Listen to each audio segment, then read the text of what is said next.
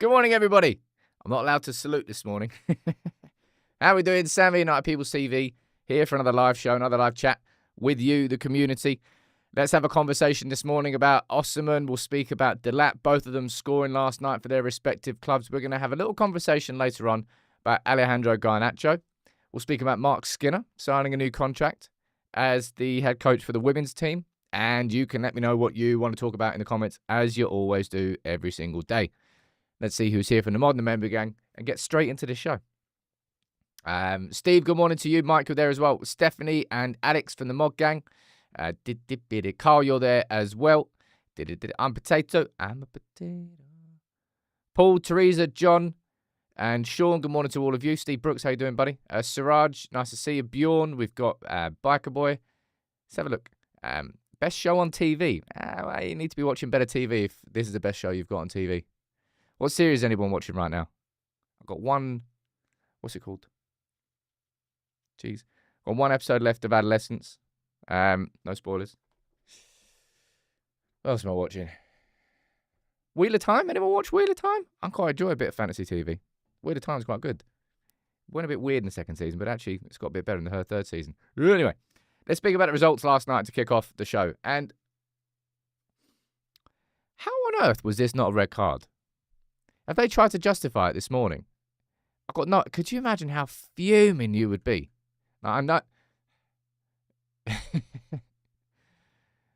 As if I'm saying something that's in support of the Scousers. I know, it's terrible. Dave, happy birthday to you, buddy. 54. Come on, member of the family. Anyway, that tackle was nuts.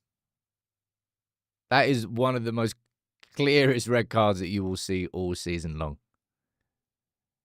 It's like knee high, full body, studs up. That's a leg breaker. That is a straight up leg breaker. I've got no idea. Went to Imagine that goes to VAR and you're sitting there going, that's all right. That's all right. Be fuming if that happened. Like Casemiro wouldn't have been jailed. He would have been deported, hung, drawn, and quartered. That's what would happen. Alex saying Sonic's wrong. Can't see the video on YouTube website, but shows up on the app. Look, I don't know. Ladies and gents, last night I published the not Andy Cole, the latest United People's Productions video on what makes a great United captain. And YouTube completely and utterly ballsed up the distribution of it. I can always tell in the first half an hour of video if a video is being distributed properly, shown to everybody who is a subscriber of United People's TV.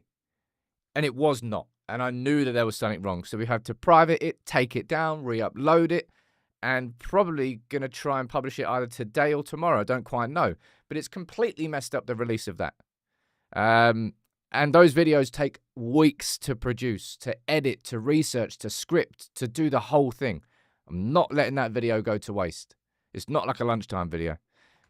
So that's not even a technical issue on my end. That's just YouTube not doing it properly. I've no idea why. I've got my sneaking suspicions, but I've got no idea why. So that'll be going out either today or tomorrow. Not quite sure, but it's really pissed me off. I'll be totally honest. You put so much work and effort into it, and then it doesn't go out properly. Fantastic. Now, at the Mendrum, we always release them at 6 or 7 p.m.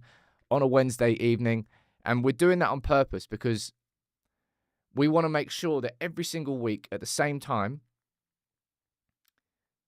you know that the video is going out. And Rob, you're mentioning it down there as well. Like sometimes, all of a sudden, my voice just disappears and cuts out on YouTube, and all you have to do is just refresh YouTube. It's just call it Gremlins in YouTube. I mean, largely YouTube's great, big up YouTube, but it's just frustrating when things go wrong, right? Now, last night there were some goals from strikers who, I mean, is Rashford a striker? Not really. He's playing up front right now. Scored his first Premier League goal for Aston Villa last night, and you know what annoys me about that? It's not the fact that Rashford is scoring for Villa. And this annoyed me at the time, and it's only going to probably keep annoying me even more we gave Villa a £40 million buy option for Rashford. And I'm presuming that was almost like out of slight desperation. Because 40 million, sure, if you look at the value of Marcus Rashford when he left United to join Aston Villa on loan, it wasn't high. But that was under the value of Rashford in the market and how much he'll be worth in the summer. So, honest prediction on what's going to happen here. I don't know how happy Rashford might end up getting even happier at Villa between now and the end of the season. Sometimes what's happening in the Premier League and sometimes what's happening in the Champions League. He wants to go Barcelona. That's not going to happen. Ferran Torres scored, was it last night, for Barcelona against Atletico Madrid, his 16th goal of the season. Rafinha's on 50-plus goals and assists. Lamine Yamal is on, I don't know how many goals or assists that lad's got, but a lot. If there's one thing that Barcelona don't need, I think they've scored 4 or more goals on 20-plus occasions this season. He's not going to go there. I just don't think he wants to stay at Villa. In an ideal world, I wouldn't have to watch Rashford next season. That's the only thing. That's what's annoying me. Hey, Jonathan, that's kind of what it feels like. It felt like, and I think a lot of United fans have been calling for this. You know, when it comes to ruthlessness about getting rid of players, part of that ruthlessness is sort of maybe accepting less of what you, compared to what you think that player is worth, just simply so the player doesn't play for you. And in that sense, that kind of part of the ruthlessness. United would be so willing for Rashford to leave that they would accept a lower fee just to make sure that he didn't stay at the club next season. Chuck, no, I disagree with you completely. I don't think 40 million is a fair valuation of Rashford. I don't think that at all. Rashford, with the contract that he's on, how many years has he got left in that contract? 3? Don't know. He's a 50, 60 million pound player. Let's see if, I mean, Villa probably will execute that buy option. Whether he accepts it or not, we'll find out. Now, a couple of strikers who scored last night who have been linked to United. Liam Delap scoring for Ipswich. I think that now means that Ipswich are 9 points. 9 points off the relegation? I don't quite know, if I'm being totally honest. But let's be honest. I think Ipswich is still going down. But that was an absolute banger of a finish. Just like cut back to him. It's like the ball offended him, just rifled it in. I fully expect the Liam Delap conversation to continue, and he's definitely going to be one of the strikers on our list. Yeah, going back towards what you were saying about Rashford, I understand that this is the pros and the cons. This is exactly what I mean. United were willing to accept the pro of not having Rashford in the dressing room because he didn't want to be here. The manager didn't want him here. So therefore, simply not having him in and around the club is a pro. The con is, eventually in the summer, you're probably going to lose him for less money than than his market value was, right? Mamu's saying if Rashford keeps scoring, then it's 70 million. It doesn't change. It doesn't change. They've got a £40 million option. If he scores 15 goals between now and the end of the season, it's still 40 million. If he scores 0, it's still 40 million. Now, Liam Delap, I've made my opinion quite clear on this. I think Liam Delap has a pretty good set of fundamental skills. I think he's a decent striker. I think he's got room to grow. I think he would improve United's options and he'd probably come in and be United's best attacker. Oh, it's not particularly hard. But last night as well, Osimhen played for Galatasaray against Fenerbahce in the Turkish Cup, banged in 2 goals, and Galatasaray won 2-1. I just can't, and it makes me a hypocrite saying this, right? It makes me, and I know it makes me a hypocrite. It feels, and I don't know how you operate, I don't know how Ineos manage this. I really, really don't. But I understand the whole transfer policy of buying younger, buying more sustainable, etc., etc. And the long-term vision of that creating a squad over the next few years, which takes United back towards competing for the Premier League. But I just look at the striker position. I just think if there's one place where it's like what is necessary for the striker position this morning doesn't match up with the overall strategy of the club. And I think that's where you're going to get butting heads this summer. Like Osimhen, it's not having exactly a bad time at Galatasaray, is he?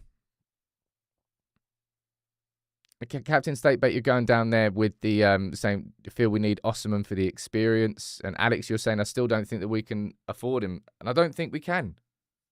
And I've spoken about Garnacho involved in this conversation.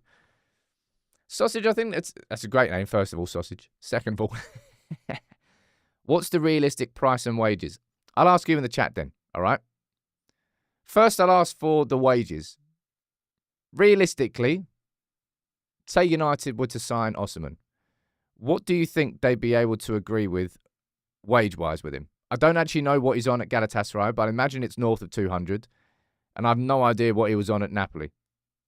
I should probably do a little bit of research on those. You can let me know what you think in the comments, and I'll read some of them out.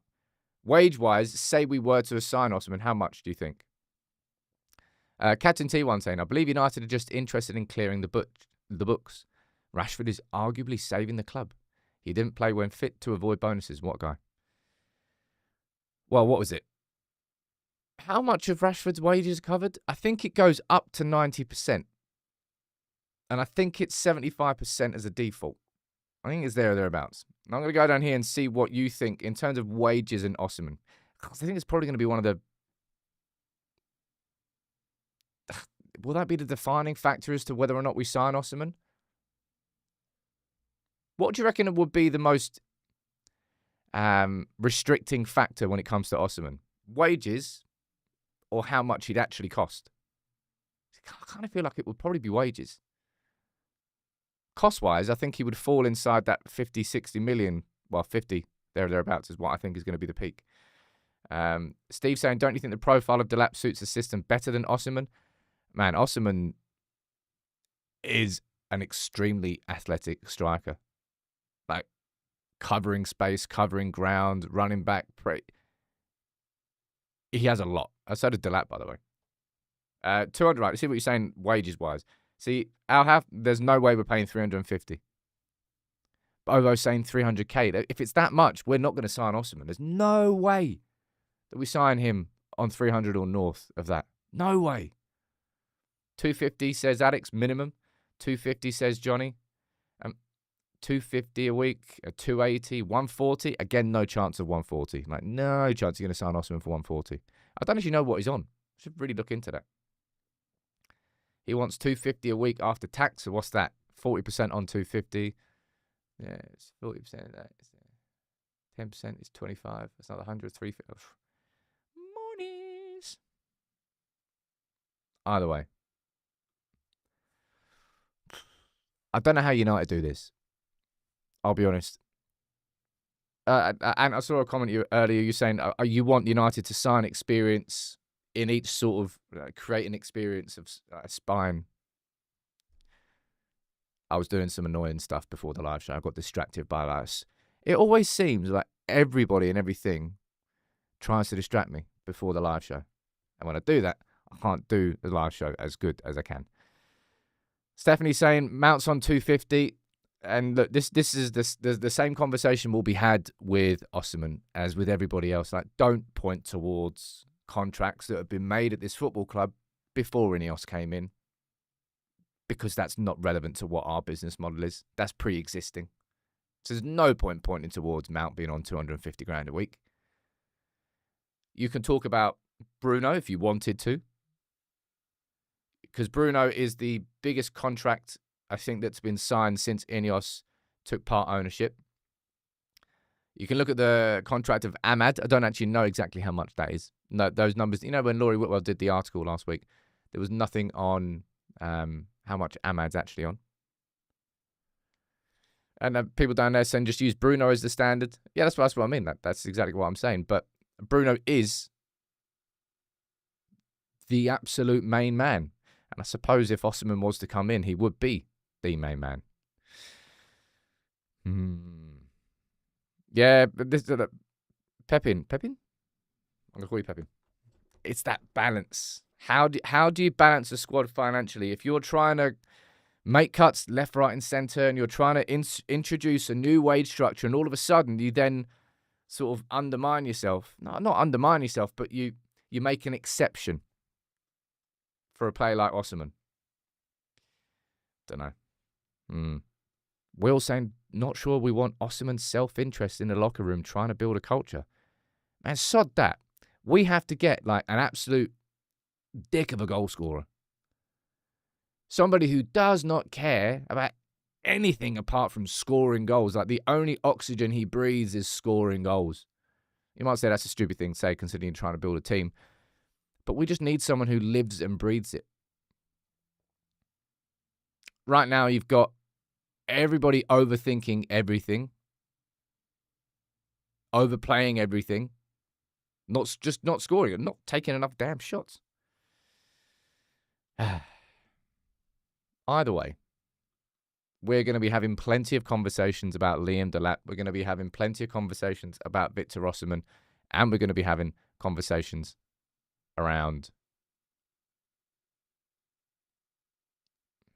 Victor Gyökeres, I think, really does depend. Do you think, type yes or no in the chat. I think there's no chance that Gyökeres joins United unless we win the Europa League. Do you think the same thing applies to Osimhen? Type yes or no. Do you think Osimhen would join United if we didn't win the Europa? So we didn't have Champions League football next season.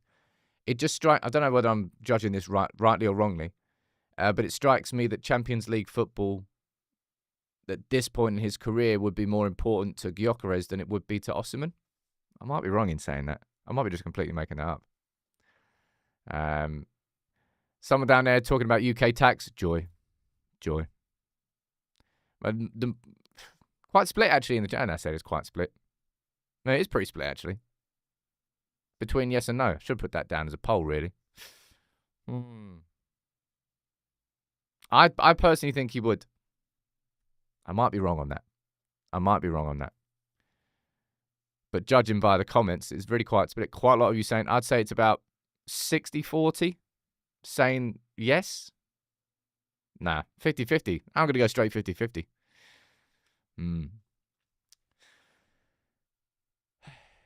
Like, the reason that we have to keep having this conversation, look at this stat. This is from an article from The Athletic this morning. After last night's Premier League games, only West Ham and Southampton have a worse shot conversion rate than United this season. That makes you sick.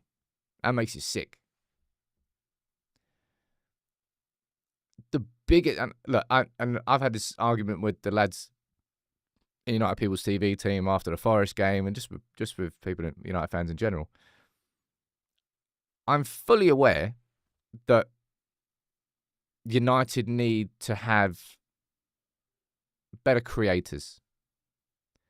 Fully aware that we need a number 10. Fully aware that we need a number 8. Fully aware that we need someone to hold the tempo and create better flowing football. But I think the truth is this season,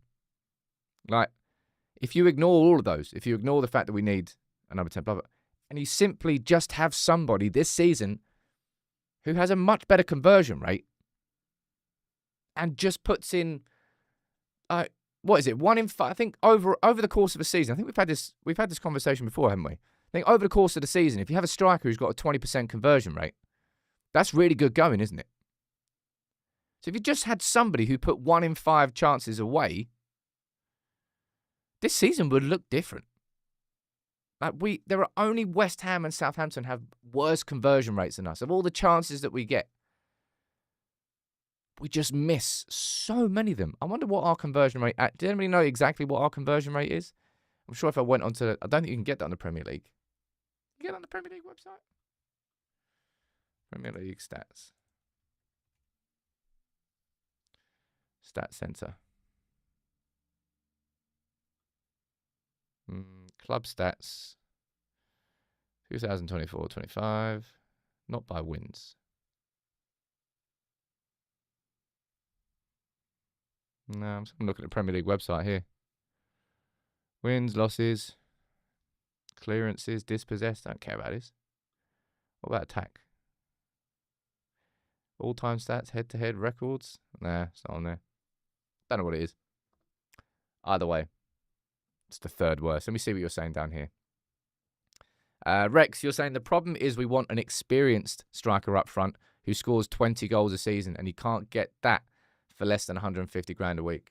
Yeah, look, Rex, you're so spot on. I think this is where I mean about it's like butting heads. It's like in the same summer where United and Ineos are really going to try and establish a new transfer policy that they want to take through, comes at the exact same time where we're desperate for a goal scorer. And the only way you can... Well, there is no way to mitigate all risks with any transfers. But when it comes to goal scorers, if you sign someone with experience who has been doing it for a few years, you give yourself a bigger sample pool, more evidence to the fact that they can and will score goals. Like, we signed Højlund off the back of him scoring what? How many goals did he even score for Atlanta? Not many. And we bought him on the potential of what he could be if he continues what they saw as a good set of characteristics that could develop. But it hasn't in that way.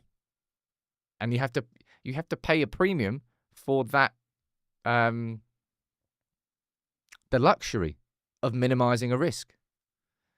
Someone down there saying Salah's conversion rate's 18.6%. Well, that's what I mean. Like, okay, well, if you get one that's a striker that gets 1 in 5, 20%, it's even better than him.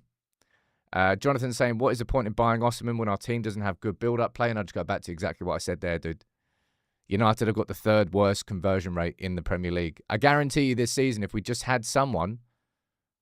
I think, again, I might be being a hypocrite here. Because I've said, even if you were to drop Osimhen or Gyökeres into this team, it wouldn't really change much. I might have just been wrong on that. Truth be told, we'd definitely be scoring more goals. Captain is saying, do you give 20-year-old Garnacho time or cut your losses and get what you can? For context, he has played over 130 games for United. And Captain, now that you sent that chat in, I'll pull this conversation forward. It's either at lunchtime today or lunchtime tomorrow. I'm going to do a video on Garnacho because I think it's definitely a conversation that needs to be had. The thing I will say here before I do this video is this is not a witch hunt. This is not me just throwing a 20-year-old under the bus. This is me going into the video and I will present points from both sides and I'll pull them together and I'll give you my opinion towards the end. But a conversation has to be had about Garnacho. Not only for the fact that he's, in my opinion, not really developing this season, but also the fact that Napoli came in from him in January and we're just reaching a summer where it's not a crossroads. But it's an important conversation that has to be had, right? And you might not want to have it, but I think we kind of need to have it, really. Because we need to sign strikers, goal scorers. What else are you saying down here in the chat? Akash saying, Jonathan David is in our price range, sadly. Look, let's see what goes on with Jonathan. Again, with Jonathan David, you look at Chelsea and Kenda, right? They've already agreed to sign him. Jonathan David can agree pre-contracts with clubs outside of France already, can't he? Is it the same rules in all of Europe's leagues as it is with England? So, in England, if you're a free agent in the summer, in January, from January onwards, I think you can agree, or is it only in January? I don't know. You can agree a pre-contract with a club that plays in a league that's away from England. So not an English club. I wouldn't really say that Jonathan David's inexperienced. He's been sort of the leading man at Lille for, 3-4 years now? Don't know. I've no idea what other people's conversion rates are. Let me read some of your comments out. All right, let's just get that photo up there. Jonathan saying that you're speaking about Garnacho. Let's get some of your opinions on it. Garnacho needs to stay for me and work hard and listen to the coaches. Garnacho needs to go, says Matt. He's too greedy and selfish. Garnacho Osimhen swap deal. Dan saying we don't create enough for a striker, but we create loads for number 10 and for wingers. Garnacho needs to improve the decision-making ability or any striker will be frustrated, says Debasis. Stephen, I'd sell Garnacho and use the money for other recruits. Garnacho will come good, says Steve. He is learning all the time. It's the positional details. He does tend to get a lot of shots blocked, doesn't he? I think I've seen quite a few people talking about sort of his separation from defenders. And what separation means is just literally creating that, whether it's through a little touch or move or body or just like a step back, creating the 3 to 4 yards or however much you need to get your shot off, creating the separation between the defender and the attacker. And the best attackers in the world can do that naturally. They just use like a shoulder drop, and it just creates, it forces the defender to go one way, and it gives you like 5 yards. And that's where you get your shot off. Harmony saying, how will Garnacho improve if he doesn't try? And this is one thing I'll definitely say ahead of that video is, mate, you cannot question his attitude in that Forest game. He was putting the yards. He may not have caught up with Elanga, but he was head down, sprinting back. And he did that on a few occasions, and he has done that on a few occasions. I don't think it's through a lack of effort that Garnacho's output isn't increasing in these last few games. I'm saying that. He scored his first goal in what? That was his first... What? How many was it? Was it 20 games? That goal against Leicester. I mean, it was there or thereabouts. It was some disgusting stat. Same with Haaland. What's going down there? Would you take Eze for 60 mil? I'd love Eze. Who wouldn't love Eze? I wanted Elise. Remember? Elise. Well, we were never going to be able to afford him. And yeah, Eze would definitely cost more than 60 mil. Someone was saying down there it was 21 games, 23 games. I think it was 20 or above. It was a lot of dough. It was a lot of games that he hadn't scored in. By the way, I think this is, as I said, like, what are you talking about, Delap? What are you talking about, Osimhen, right? United's search for a striker. You can let me know in the chat if anybody disagrees with me now. Surely this is like easily our number one priority this summer. You know how we've had this debate before, and I genuinely before I felt like it was quite close between right wing back and striker as the biggest priority this summer. I kind of got toss and turn between the two. I don't think I'm that's the case anymore. I'm gonna go down here, right? I'm gonna leave this is the poll for today. What is the priority this summer? We can put 4 positions down, right? I know I've asked this question before, but I just want to see if it's changed at all. I'll go striker, right wing back. I'll go number 10. And I'll go central midfielder. I think in an ideal world, that's the 4 new players we've got in the starting 11 next season. It might be that a right wing back comes from the academy. I don't quite know. There's not been anything on that yet. Jonathan, you're saying centre forward and central midfielder before right wing back. Ajit saying why right wing back? Delap is good enough. You shouldn't be drinking this early in the morning, man. It's bad for you. Mario, you're saying 100% a striker. Jonas, you're saying a striker. Harmony saying, Sam, please, how important is it United getting a striker or creative players? That's why the poll is up there. A couple of people saying goalkeeper, and there's no way I'm putting goalkeeper as number 1. But I can understand now if people are done with Onana completely. Transformative signing indeed. I think I've learned a harsh lesson with Onana in terms of my own expectations of players. I have to stop looking at what players are doing at other clubs and thinking that player can just come into Manchester United and just drag and drop. Because it's just not in reality. Not in reality. Let me see what they're saying down here. Have I missed any super chats? No, I haven't actually. Let me go down here and see what the poll is saying. So we've got 300 votes in the first minute. Big up, everybody. 77% of you are saying striker. Let's see what the other ones are. 9% are saying right wing back. 10% of you are saying number 10. And 6% of you are saying central midfielder. It's interesting, that one. Central midfielder. I wonder what United's budget's going to be this summer. I really have not... You know how you try and guess?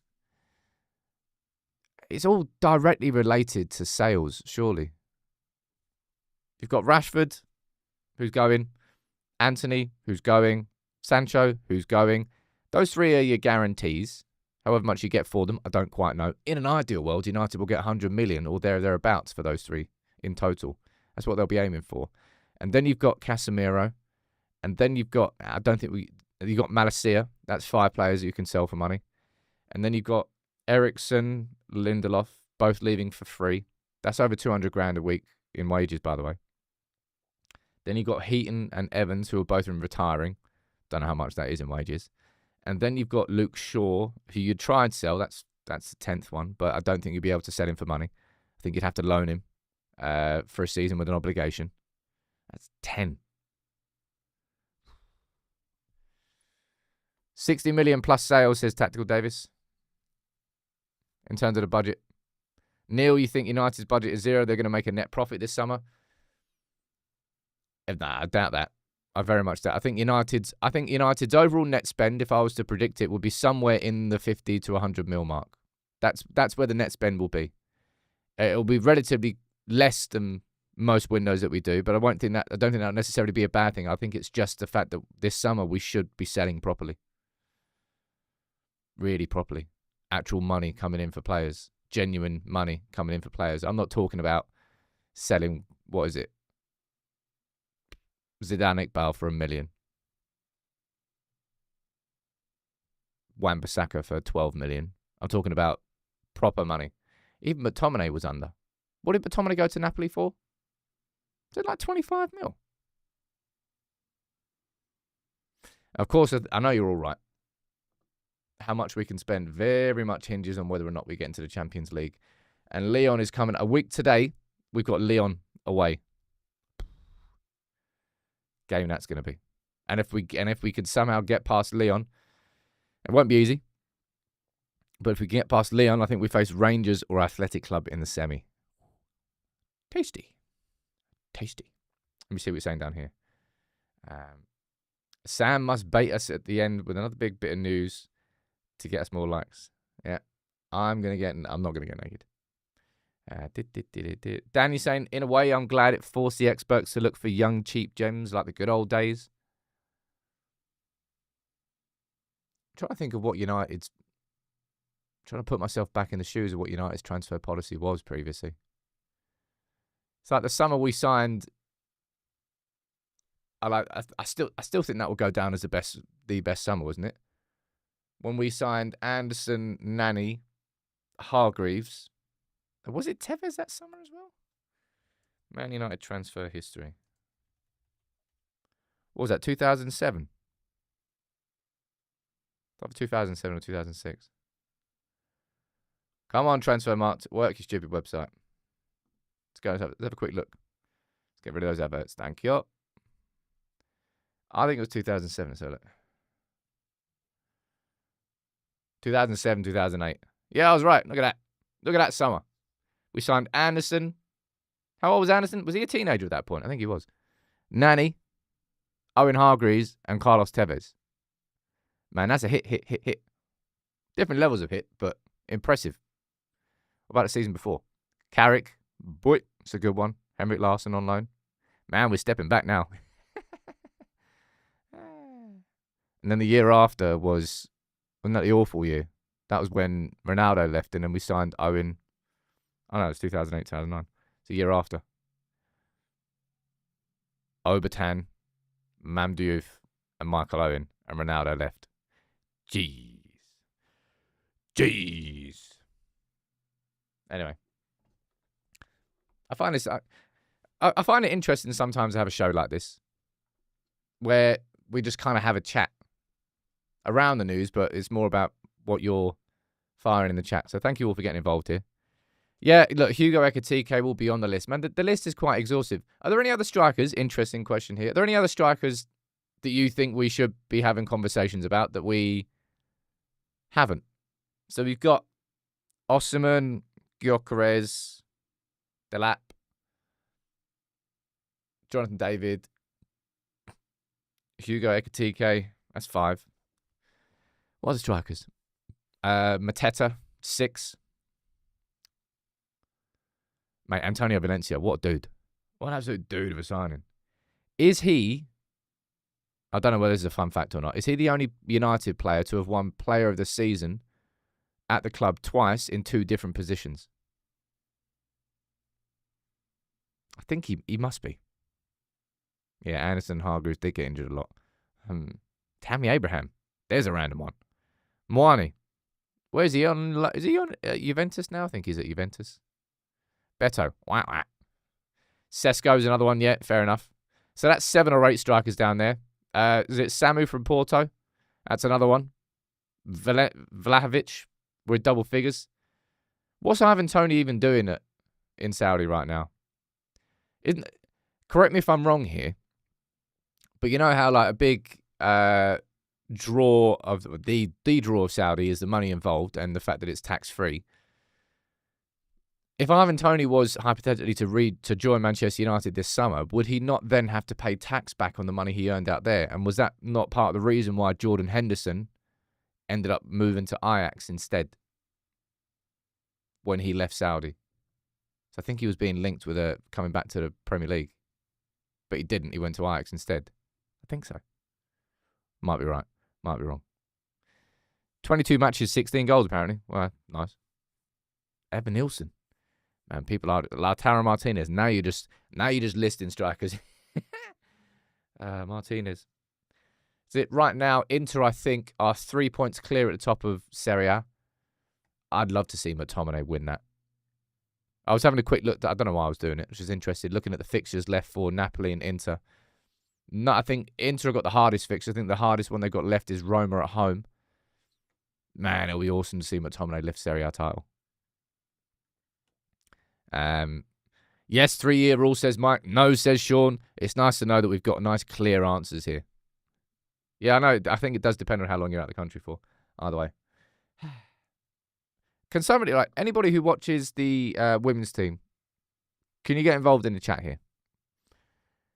Because Mark Skinner, I've only ever really observed the women's team like from the outside looking in. Like, truth be told, I'm so unbelievably swamped with what I cover, with what we do here. I don't get the time to fully invest and watch the women's team in the way that I'd probably like to. I hope that will change over time, but right now I can't. Last year, from what I observed, so many United fans did not want Skinner to be the manager, wanted him to leave. Now, women won the FA Cup last year, right? So, same time as the men. First major trophy. And now, where are they in the league? Third? Third in the league now. And he signed a new contract. Is there anybody in the chat who follows and watches the women's team can explain this? Because I thought, is it just there's been a turnaround and things are looking on the up? I don't really know.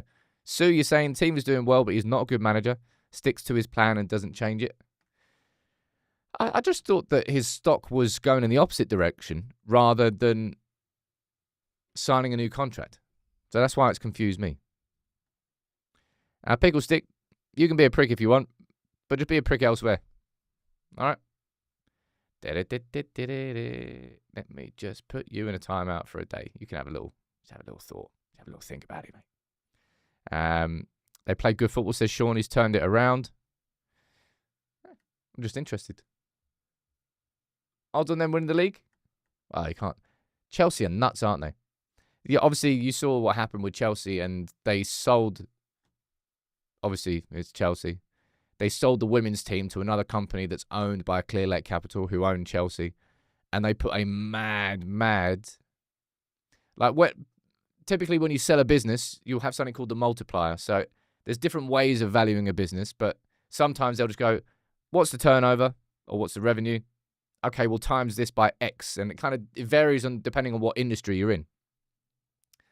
And I think Chelsea used some sort of multiplier of like between 15 and 20 times, which is way beyond the reasonable valuation of a business.